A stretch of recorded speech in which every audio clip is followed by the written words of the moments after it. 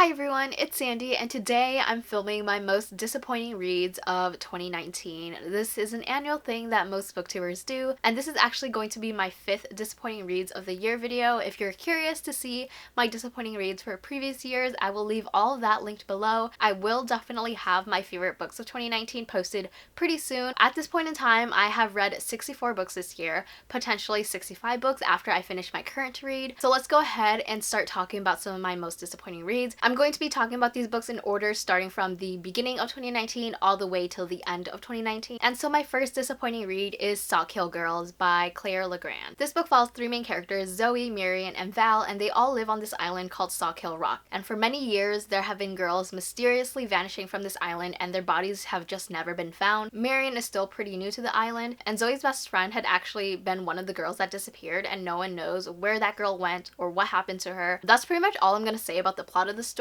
I didn't like this book as much as I hoped to because I just didn't really understand what was going on. This story has a lot of supernatural elements and I just didn't enjoy that part of the story as much. I felt like things just weren't explained very well and it just left me confused, and because of that I didn't know what was going on and I couldn't really enjoy the story. I did like the different representations in the book. So for instance, Zoe is asexual and she's black. Both Maureen and Val are attracted to other girls, but it's not explicitly stated what their sexuality are. I still gave this book like a 3.5 out of 5 stars. That's not a bad rating at all. I just had higher expectations going into it because a lot of people did hype it up. My next disappointing read is Forever Interrupted by Taylor Jenkins Reid. This story follows a couple who got married like 5 to 6 months after dating, and shortly after being married, Ben, the husband, was involved in an accident and ends up passing away, and Elsie, his wife and the main character, is left picking up the pieces. This is the 3rd Taylor Jenkins Reid's book that I've read. The first one that I've read is obviously Evelyn Hugo. Everyone loves it. I love it. And then the second one that I read, I also really loved. After reading 2 books that I really loved from this author, I felt like I was on this streak. I felt like every book that I'm going to read from this author I will love,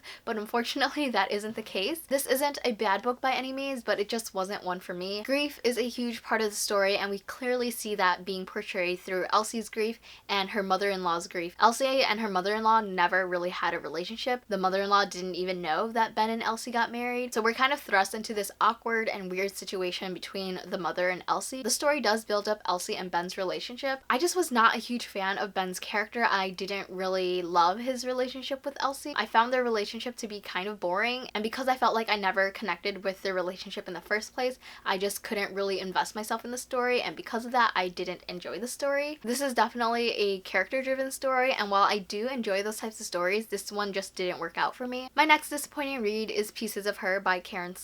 This is a book that follows our main character Andrea, who is 31 years old, and she is eating with her mother at a restaurant when they are suddenly in this hostage situation. Her mother Laura actually ends up killing the shooter, and this whole incident was recorded, which brings Laura a lot of unwanted attention. After Laura is released from the hospital, she actually ends up being attacked in her own home, and I believe this causes the main character to go on the run in fear of her being attacked herself. I don't quite remember the details, but the whole story revolves around the main character being on the run and discovering her mother's past. There's definitely a lot of content warnings for shootings, violence, death, domestic abuse, and homophobia. I did listen to the audiobook for this, and it was just painstakingly slow. I didn't like the way the author executed the change in timelines. I felt like it happened really abruptly. The alternating timelines just felt very jarring, and it would always make me lose interest in the story every time it would happen. Overall, I just felt like the whole story was very boring and dull, and I really did not like any of these characters, especially the main character Andy. I felt like her choices in the book were questionable at times, and she was just very irritating to read about, and this was a book that I gave a 2.5 out of 5 stars. My next disappointing read is Somewhere Only We Know by Maureen, and I'm also sad to be including this book on the list because I love Maureen Gu's I Believe in a Thing Called Love, and I know that book has a lot of mixed reviews, but I'm one of the people that really loved it, and so I was so excited to read another book from this author, but unfortunately I just didn't like where the story went. This is a book that takes place over the course of like one day, and it follows 2 main characters, Lucky, who is a Korean pop star, and Jack, who has a side job working as a reporter slash paparazzi. Lucky. The story is set in Hong Kong. Lucky has just ended her tour in Asia when she encounters Jack, and they basically go on this one-day adventure together. When they first meet, Jack does not know who Lucky is, but he does find out who she really is pretty quickly, and once he finds out, he essentially uses her and takes advantage of her, and he does so by secretly taking photos of her in hopes of publishing this story, and that just did not sit well with me. I just felt like Jack was manipulating her the whole time. The story takes place in a day, which is similar to The Sun is Also a Star, and I am usually not a fan of stories that take place within a very short time frame, and so because Jack was manipulating Lucky the whole time, I just could not get behind the romance, which was very insta-lovey in the first place. I did like Lucky as a character, Jack wasn't my favorite, and the romance wasn't my favorite, and so this book overall wasn't one that I enjoyed very much. Overall, this book was okay. Because I've really enjoyed the author's previous books, I did have higher expectations going into it, and unfortunately I was just a little bit disappointed. My next disappointing read is Defy Me by Tahereh Mafi. This is the 5th book in the Shatter Me series, and this was definitely a huge disappointment. Honestly, I didn't even have high hopes going into the story. The main thing I didn't like about the story was the flashbacks. I did listen to this as an audiobook, and so when a flashback would occur, it wasn't completely clear to me, and I know that if you read the physical book, it's formatted differently, so you can easily distinguish between whether a scene is taking place in the present time or if it's a flashback, but with the audiobook, it just didn't work out very well, and so that left me really confused with what was going on in the story. I really don't have much to say about this book, but I just didn't enjoy it. I felt like this book overall was an info dump about Warner and Juliet's past, and the previous book, Restore Me, left off on such a huge cliffhanger, and I personally felt like it wasn't really explained super well. I don't know, maybe that's just me, but I still have questions as to what happened and how that happened and why it happened. This book was just kind of a mess to me. Kenji's point of view was added to this book, and as much as I love Kenji, I felt like his point of view just felt weird. Like, I'm not used to reading in Kenji's point of view. We've gone through 4 books without his point of view, and all of a sudden we have his point of view. Like, it's different when you add the love interest point of view later on this series, but this is Kenji, and Kenji is Juliet's best friend. I just feel really weird about this situation because I love Kenji, and he's one of my favorite characters in the Shatter Me series,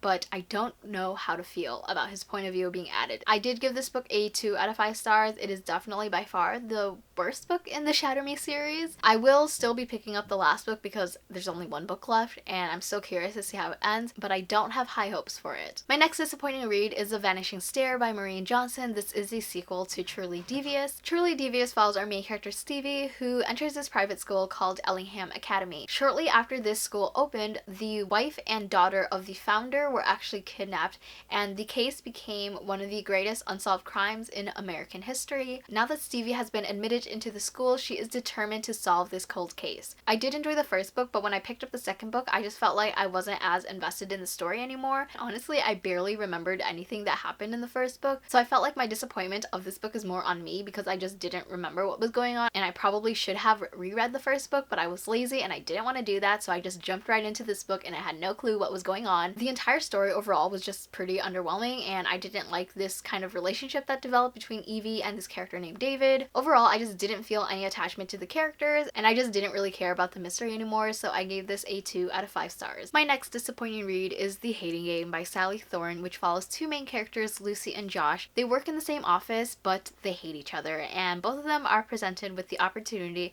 for a promotion, and so obviously both of them want to compete for it. This was a book I was really looking forward to reading because I know that it's a hate to love type of romance, and I was so excited for it because that's one of my favorite romance tropes, and this just wasn't quite what I was expecting. Even now, I never really understood why Lucy and Josh hated each other. It probably was kind of explained in the book, but I personally just don't remember it. I wish that was a little bit more fleshed out in the story, and because it wasn't, I felt like all these little games that they were playing with each other felt kind of immature, and so when the romance did finally start to happen, I felt like it was just rushed, and so I didn't enjoy the romance as much as I hoped to. These characters just felt pretty flat, they didn't seem special, and overall they were just kind of boring to read about. I did end up giving this a 2 out of 5 stars. The next disappointing read is Butterfly Yellow, and this was also another book I was really looking forward to reading because it follows a Vietnamese main character. The beginning of the story takes place during the final days of the Vietnam War, and the main character is with her brother at the airport trying to seek a better future in America. However, her brother is taken from her and they are separated. The story then takes place 6 years later. The main character is now living in Texas,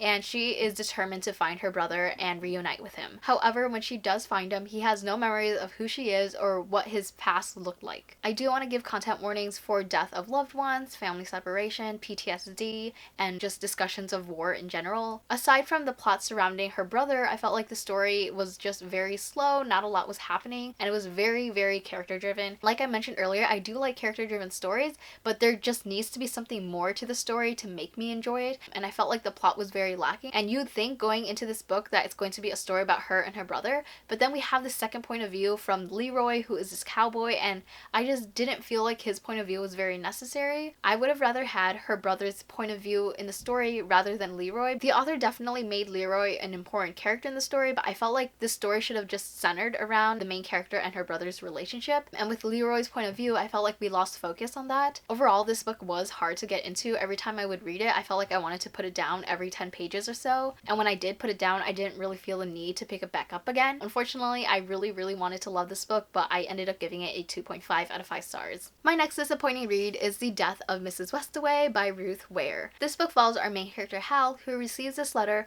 from her supposed grandmother. In the letter, it basically states that her grandmother has passed away and her grandmother has left her home to Hal. However, Hal knows that her grandparents have passed away many years ago, so she is confused as to why she's receiving a letter stating that her grandmother is dead when she knows that she passed away many years ago. The main character is struggling with a lot of debt and she's facing a lot of money issues, so she does end up checking out the situation revolving the letter. This book was just so painfully slow, and I didn't enjoy it because of how slow it was. I was very close to DNFing it, but then something happened towards the second half of the book that pushed me to continue reading, and then the ending happened and I wasn't completely shocked or blown away or anything, and I was just left with questions and wishing there was more closure to the story. All of these side characters felt pretty one-dimensional, and I felt like the story really focuses on family drama rather than the actual mystery itself. I do want to give trigger warnings for physical abuse, loss of a loved one, and murder. My next disappointing read is Song of the Crimson Flower by Julie C. Dow. This is a Vietnamese inspired fantasy that takes place in the same world as Forest of a Thousand Lanterns. This is a companion book, so you don't need to read the first 2 books in order to be able to read this one. It follows our 2 main characters, Bao and Lan. Lan is from this really wealthy family and she's engaged to this guy from this other wealthy family, but Bao has had this crush on Lan for many years. One day, Bao expresses his feelings for her and she blatantly rejects him and is very angry at him for some of the things that he told her regarding her fiance. As a result, Bao ends up running away and encounters this river witch who curses him, and the only way to break the curse is through someone who loves him. This story is very predictable, so you know that Lan has to be the one to break the curse, yet Bao has his mindset that his mother is the one who's going to break the curse, which just doesn't make sense to me. I didn't enjoy the romance because it was first very heavily one-sided, with Bao having his feelings for Lan and Lan not liking him at all, but as they spend more time together, Lan suddenly develops feelings for him, and I felt like that was rushed and wasn't really well developed, and I just wasn't a fan of the turning point in the relationship at the very end of the story. I felt like the story could have ended without that particular scene. I did end up giving this a 3 out of 5 stars, which isn't a bad rating at all. I just wanted more from this book. It is a really short book too, especially for a YA fantasy. It's like 270 pages, and I just wished certain things were more fleshed out and developed, and that didn't happen, so I gave it a 3 out of 5 stars. My next disappointing read is The Toll by Neal Shusterman. The main thing I didn't like about this book is how long it is and all of these new character point of views that were added. With each book in this trilogy, the world expands and we're introduced to more characters, and I'm fine with having new character introductions. I just didn't necessarily want to be reading from their point of view. I know the story and the world is bigger than Rowan and Citra, who are the 2 main characters from the first book, but I wish the story just focused more on them. I also wasn't a huge fan of the way things ended. I don't want to talk too much about this book because this is a book that I've recently read not too long ago, and I feel like I've been talking about it quite a lot, especially since I do have a reading vlog dedicated to this book and a wrap-up for it. So if you do really want to hear more of my thoughts, then check out either one of those videos. I did give this a 2.5 out of 5 stars, and I'm going to leave my thoughts with that. And my last disappointing read of the year is Ninth House by Leigh Bardugo. This is a book that follows our main character Alex Stern. She is a freshman at Yale University and she gets involved with all of these secret societies at Yale. She joins this organization that is pretty much responsible for monitoring the activities of all of these secret societies, and things kind of go from there. Definitely huge trigger warnings for sexual assault, drug use, murder, violence. The main thing that was disappointing to me about this book was that I wished the whole world was just explained a little bit more. I was honestly very confused